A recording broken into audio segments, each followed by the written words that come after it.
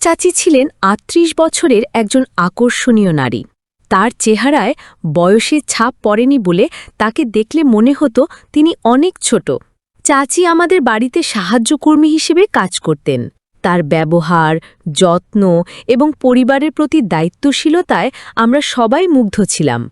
একদিন চাচি বললেন, আমি তোমার পায়ে তেল মালিশ করে দিতে চাই। আমি বারবার বললাম, চাচি এটা ঠিক হবে না, কিন্তু তিনি জোর করলেন। তখন আমি ছিলাম ২১ বছরের তরুণ। চাচির এই ব্যবহার আমাকে অবাক করেছিল।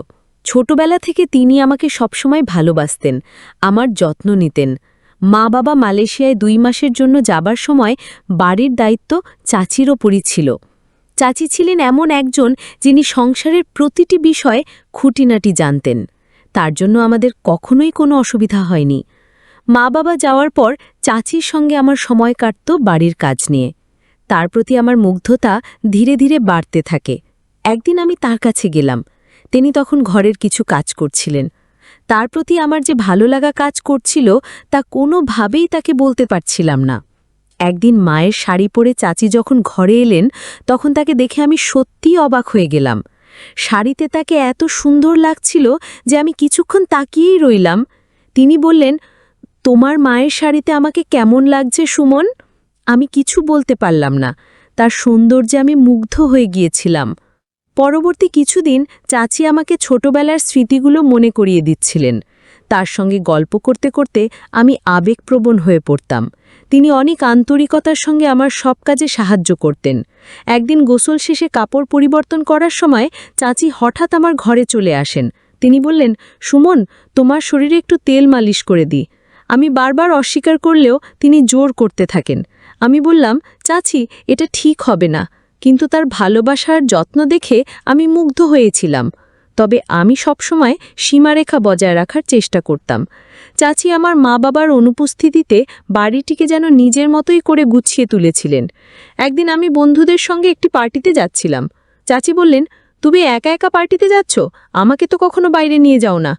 আমি বললাম, ঠিক আছে, আমি তোমাকে বাইরে নিয়ে যাব, তবে ভালো পোশাক পরে তৈরি হতে হবে। চাচি রাজি হলেন। আমি মায়ের রুম থেকে একটি সুন্দর শাড়ি এনে তাকে দিলাম। যখন তিনি শাড়ি পরে বেরিয়ে এলেন, তাকে দেখে আমি অভিভূত হয়ে গেলাম। তার সৌন্দর্যের আভা আমাকে মুগ্ধ করেছিল।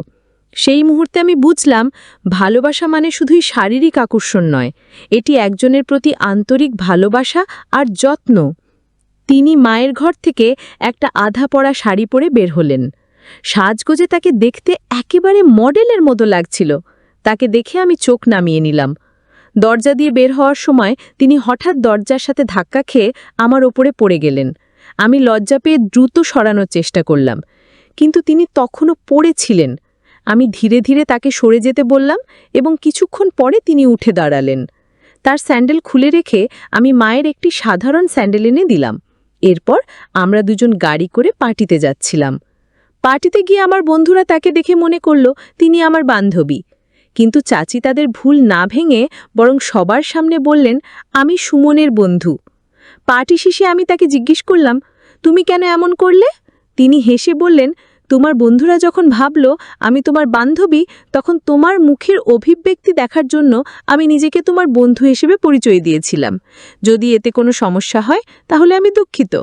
আমি বললাম, দুঃখিত বলার কিছু নেই, তুমি যা করেছ সেটাই ঠিক ছিল। এরপর তিনি বললেন, তোমাকে ছোটবেলা থেকে চিনি, তাই তোমার মনের কথা বুঝতে পারি। আমি মুচকি হেসে বললাম, তুমি আমার বন্ধু হয়েই থেকো। তখন তিনি বললেন, আমাকে তুমি মিতালি বলে ডাকতে পারো, এতে আমাদের সম্পর্ক আরও স্বাভাবিক হবে।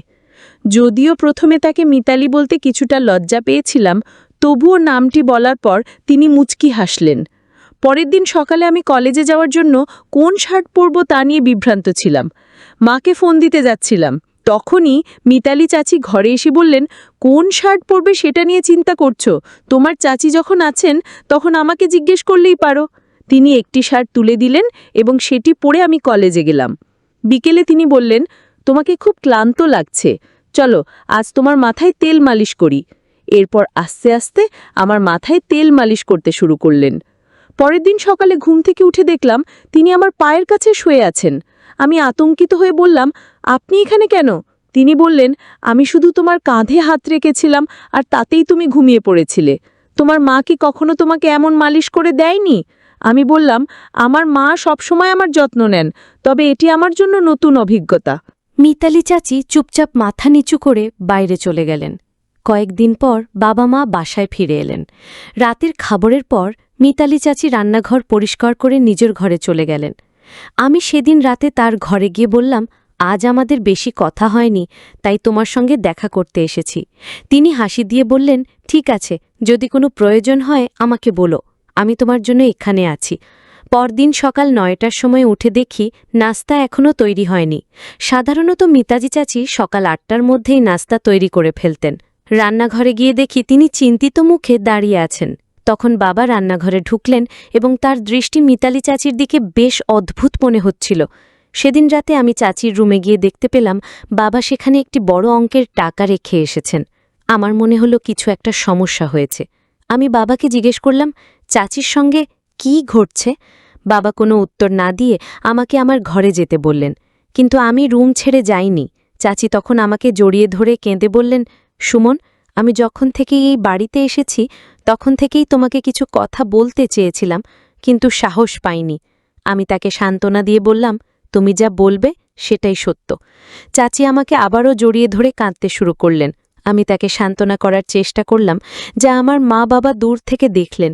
মা তখন বাবার দিকে তাকিয়ে বললেন, তুমি যদি কোনো গরিব মহিলার সঙ্গে খারাপ কিছু করে থাকো তা আমি মেনে নেব না। আমি চাচিকে বললাম, এখন চুপ থাকাই ভালো, এখানে চুপচাপ থেকে চলে যাও। কিন্তু হঠাৎ চাচি চিৎকার করে বললেন, আমি আর চুপ থাকতে পারবো না, আমি সুমনকে সব সত্যি বলবো। তিনি বলতে শুরু করলেন, তুমি জানো না যে তোমার আসল মা রুমি, যিনি কয়েক বছর আগে এই বাড়িতে কাজ করতে এসেছিলেন, তিনি যমজ সন্তানের জন্ম দিয়েছিলেন।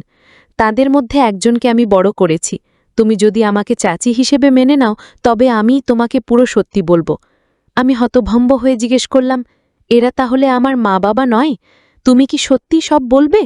চাচি বললেন, আমি জানি তুমি আমাকে হারাতে চাও না, কারণ আমি তোমাকে ভালোবাসা ও যত্ন দিয়েছি। আমি একবার পুলিশের কাছে গিয়েছিলাম, কিন্তু তোমার যমজ ভাইয়ের কারণে কিছুই করতে পারিনি। আমি বললাম, তুমি যা বললে তা সত্যি হতে পারে, তবে এতে আমার কোনো কষ্ট হয় না, কারণ আমার মা বাবা আমাকে অনেক ভালোবাসেন। চাচি চোখের জল মুছে বললেন, কয়েক বছর আগে তোমার আসল মা মারা গেছেন। তোমার বড় ভাই সঠিক মূল্য পায়নি। তখনকার দিনে অবস্থা এতই খারাপ ছিল যে তিনি নানা জায়গা থেকে চুরি করে টাকা উপার্জন করতেন। এমনকি একবার তিনি তোমার বাবা মায়ের কাছ থেকেও লক্ষ টাকা চেয়েছিলেন, কিন্তু তারা এত বড় অঙ্কের টাকা দিতে অস্বীকার করেছিলেন। বাধ্য হয়ে তিনি কিছু টাকা নিয়ে বাড়ি ছেড়ে চলে যান। আমি অবাক হয়ে শুনতে থাকলাম। চাচি আরও বললেন, তোমার বড় ভাই বারবার আমার বিশ্বাস অর্জনের চেষ্টা করেছেন, কিন্তু যখন তার মিথ্যের মুখোশ খুলে গেল তখন তার প্রতি আমার সমস্ত ভালোবাসা এক ঝটকায় শেষ হয়ে গেল। কয়েক বছর আগে তোমার বাবা মা আমাকে তোমাকে দত্তক নেওয়ার জন্য টাকা দিয়েছিলেন, কিন্তু আমি সেই টাকা সঠিকভাবে ব্যবহার করতে পারিনি। তোমার বড় ভাইকেও সঠিকভাবে লালন পালন করতে ব্যর্থ হয়েছি। যদি আমি সময়ের গুরুত্ব আর অর্থের মূল্য বুঝতাম তাহলে আজ তোমার ভাই বেঁচে থাকতেন এবং নিজের পথে সফলতা অর্জন করতে পারতেন। আমি বললাম, চাচি, আপনি ঠিক বলেছেন, টাকার চেয়ে সঠিক মূল্যবোধ আর শিক্ষার গুরুত্ব অনেক বেশি। আপনি টাকা দিয়ে ভালো পোশাক কিনতে পারেন, কিন্তু মূল্যবোধ কিনতে পারেন না। মিথ্যের আশ্রয়ে কিছু সময়ের জন্য সুখ পাওয়া যায়, কিন্তু একসময় এসে বুঝতে হয় মিথ্যের আয়ু দীর্ঘস্থায়ী হয় না।